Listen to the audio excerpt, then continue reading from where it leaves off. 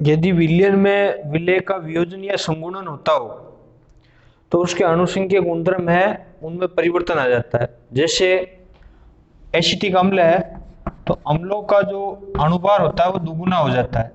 उसका कारण होता है उनमें अंतराण्विक हाइड्रोजन बंध। इस प्रकार अम्ल के अणु में हाइड्रोजन बंध बन जाता है, उसके कारण उनके अणुभार है वो दुगुने हो जाते हैं। बंध कौन सा है ये? अंतराण्विक हाइड्रोजन बंध। अंतराण्विक हाइड्रोजन बंध। उसके कारण अम्लों के अणुभार है, अम्लों के अणुभार दुगुने हो जाते हैं। अम्लों के अणुभार दुगुने हो जाते हैं। तो अणुभार में परिवर्तन के कारण उनके जो अणुसंख्यक गुणधर्म है वो भी परिवर्तित हो जाएंगे। इसलिए वान ठाप ने एक गुणांक दिया, इसे वान ठाप गुणांक कहते हैं।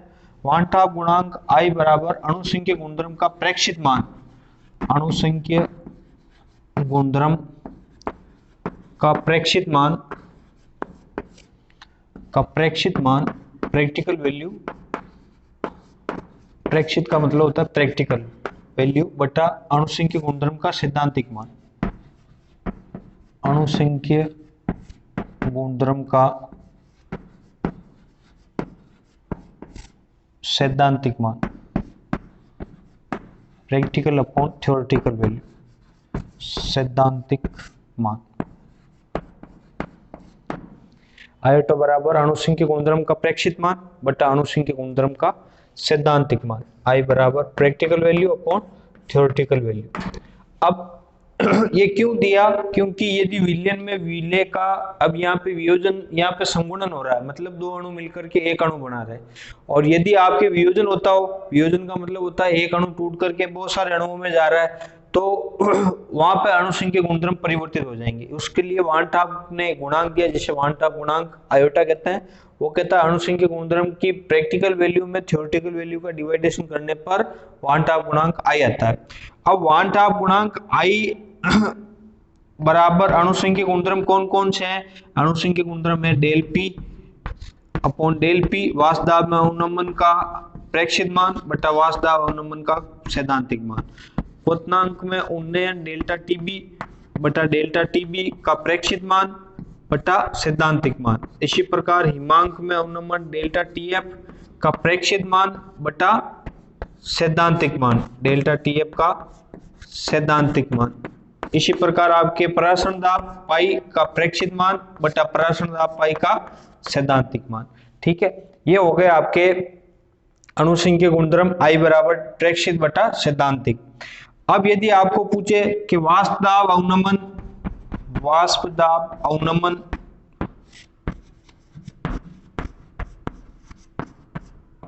व वान ठाप गुणांक में संबंध लिखो। वान ठाप गुणांक में संबंध, वाष्प दाब अवनमन व वान ठाप गुणांक में संबंध। तो वाष्प दाब अवनमन डेल्टा P बराबर P0 डॉट एक्स विलेय था, P0 W0 M बटा M0 W। इसमें आयोटा से क्या हो जाएगा? मल्टीप्लाई हो जाएगा। वाष्प दाब अवनमन व अणुभार में संबंध ये हो गया। इसी प्रकार आपके डेल्टा टीबी नंबर 2 हिमांक क्वथनांक उन्नयन, क्वथनांक उन्नयन व I में संबंध, वान ठाप गुणांक में संबंध व I में संबंध। क्वथनांक उन्नयन व I में संबंध क्या होगा?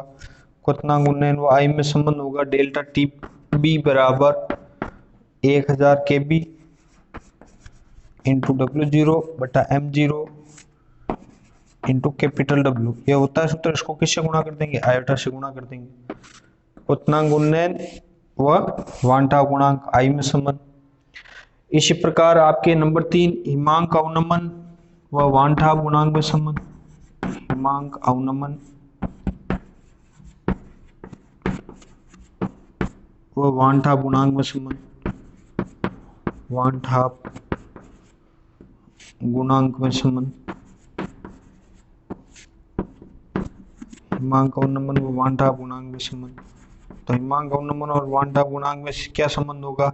डेल्टा टी एफ बराबर आयोटा इंटू 1000 कैप इंटू मूललता W0 बटा M0 इंटू कैपिटल W।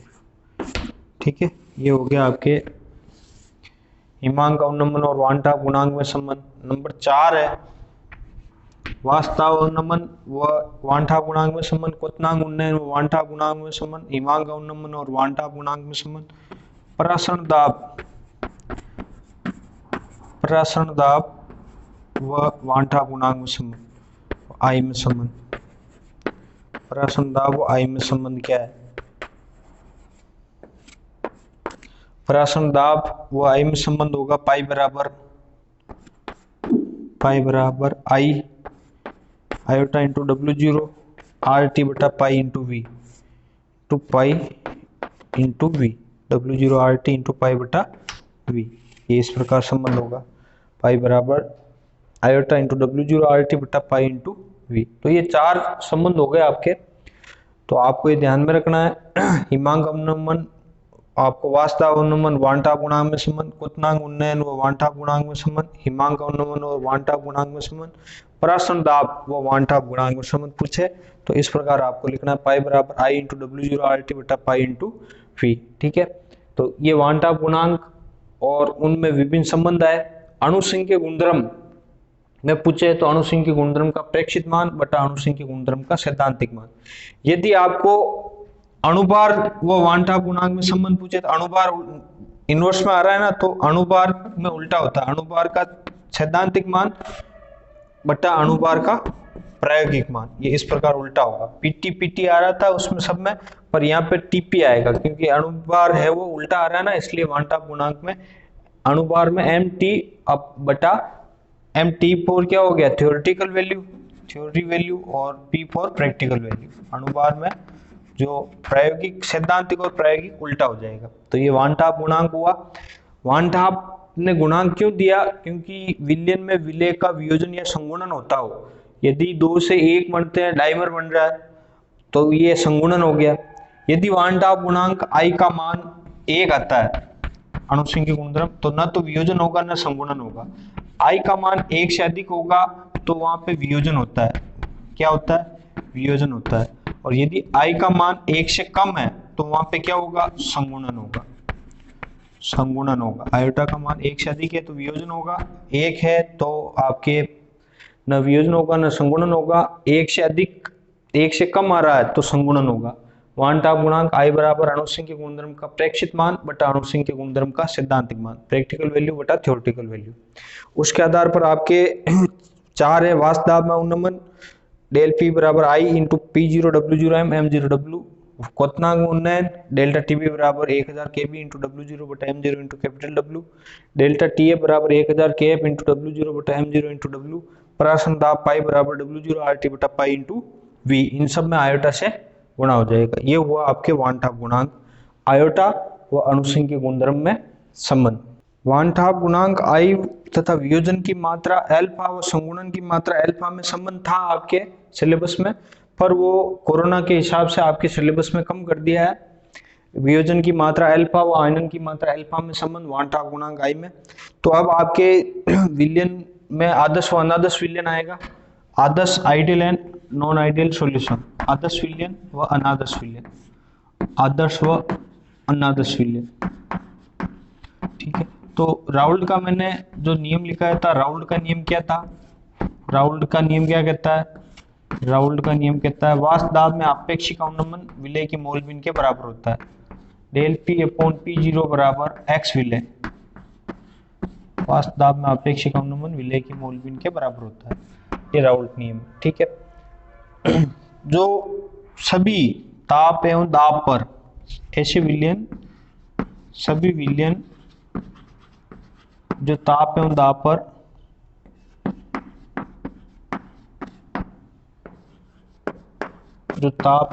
पर आदर्श विलयन राउल्ट नियम की अनुपालना करते हैं, राउल्ट के नियम की अनुपालना करते हैं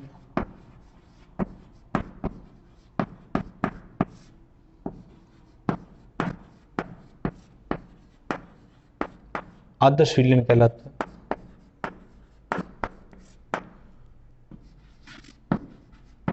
आदर्श विलयन कहलाता है। ऐसे विलयन जो सभी ताप और दाब पर राउल्ट के नियम की अनुपालना करते हैं आइडियल सॉल्यूशन कहलाता है। Del P upon P zero बराबर एक्स विलय इस नियम की अनुपालना करते हैं वो कौन से सॉल्यूशन कहलाता है? आदर्श विलयन कहलाता है। जैसे बेंजीन और टोल्यूइन का सॉल्यूशन है, बेंजीन और टोल्यूइन का सॉल्यूशन, बेंजीन और टोल्यूइन का सॉल्यूशन है वो आदर्श विलयन है। अनादर्श विलयन सेकंड नंबर है अनादर्श विलयन। अनादर्श विलयन जो राउल्ट के नियम की अनुपालना नहीं करता है, ऐसे विलयन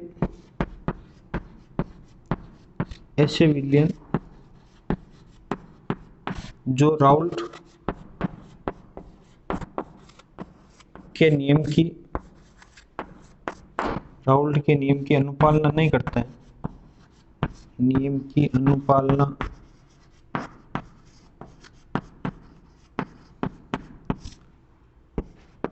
नहीं करते हैं,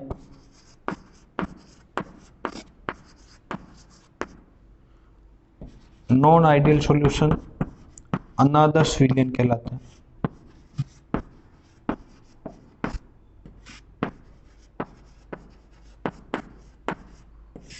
अनादर्श विलयन कहलाता है। Del P upon P zero is not equal to X विलय। आदर्श विलयन की अनुपालना नहीं करते हैं, अनादर्श विलयन कहलाते हैं। जैसे मेथनॉल और एथेनॉल का सॉल्यूशन, मेथनॉल प्लस एथेनॉल का सॉल्यूशन, तो ये अनादर्श विलयन है। जो सभी ताप एवं दाब पर राउल्ट के नियम की अनुपालना करते हैं वो कौन से सॉल्यूशन कहलाते हैं? आदर्श सॉल्यूशन बेंजीन और टोल्यूइन का सॉल्यूशन है। अनादर्श विलयन ऐसे विलयन जो राउल्ट के नियम की अनुपालना नहीं करते हैं, अनादर्श विलयन कहलाता है। यदि वो उनका मान धनात्मक आता है तो धनात्मक आदर्श विलयन है, और ऋणात्मक आता है तो ऋणात्मक आदर्श विलयन है, अनादर्श विलयन है। ठीक है, अनादर्श विलयन दो प्रकार के, धनात्मक और ऋणात्मक। इनकी वैल्यू यदि अधिक आ रही है तो धनात्मक आदर्श अनादर्श विलयन है, और ऋणात्मक आ रही है तो ऋणात्मक अनादर्श विलयन है। ठीक है, तो ये आदर्श और अनादर्श विलयन हुए आपके राउल्ट के नियम के आधार पर। उसके बाद स्थिर क्वाती विलयन। स्थिर क्वाती मिश्रण,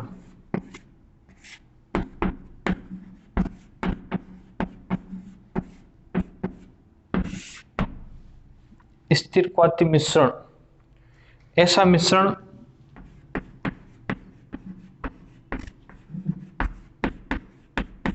जो एक ही ताप पर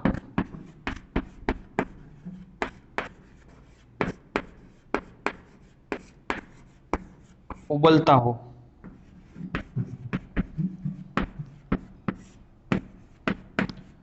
स्थिर क्वाती मिश्रण कहलाता है। स्थिर क्वाती मिश्रण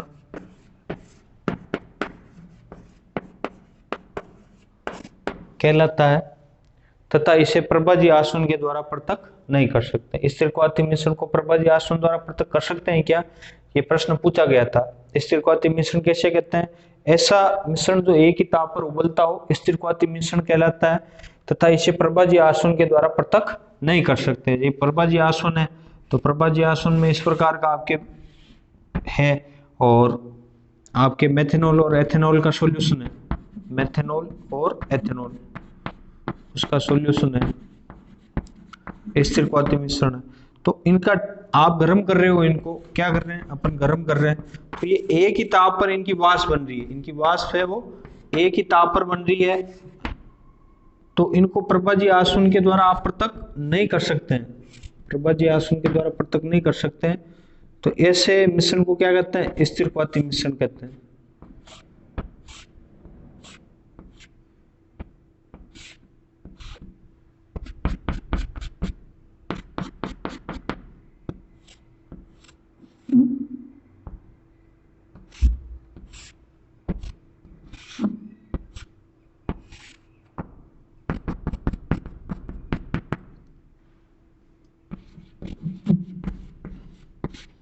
स्थिर क्वाती मिश्रण।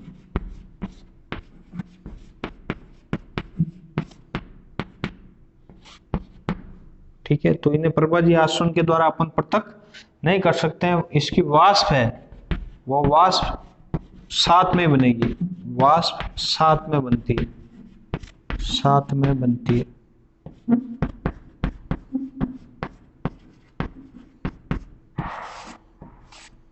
इन्हें प्रभाजी आसवन के द्वारा पृथक नहीं कर सकते हैं, तो ऐसे मिश्रण को क्या कहते हैं?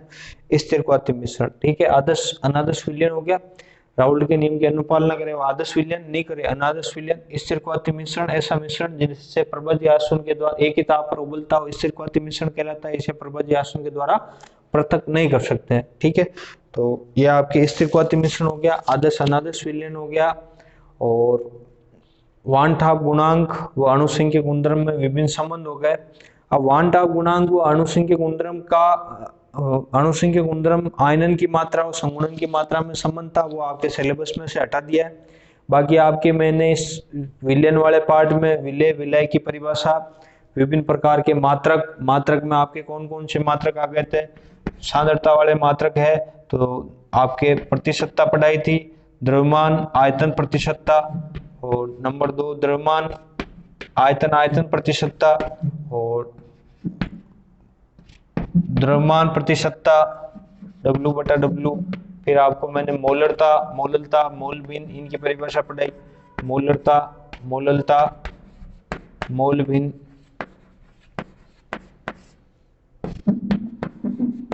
मोल भिन्न, इन सब की परिभाषा पढ़ाई, इन पे आंकिक प्रश्न भी करवाए।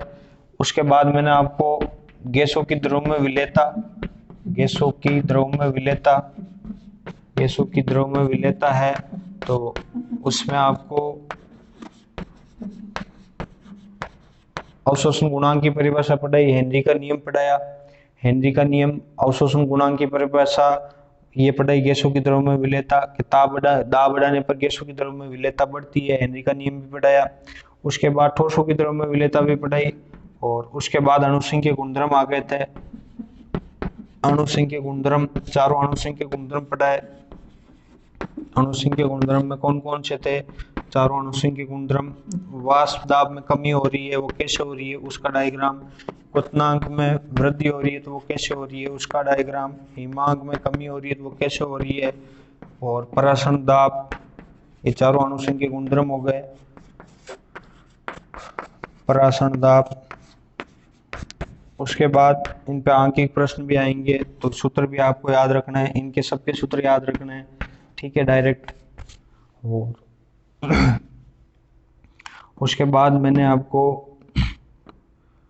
अणुसंख्यक गुणधर्म के बाद वान ठाप गुणांक, वान ठाप गुणांक व उनमें संबंध, आदर्श अनादर्श विलयन, आदर्श विलयन अनादर्श विलयन, आदर्श अनादर्श विलयन, और स्थिर क्वाती मिश्रण,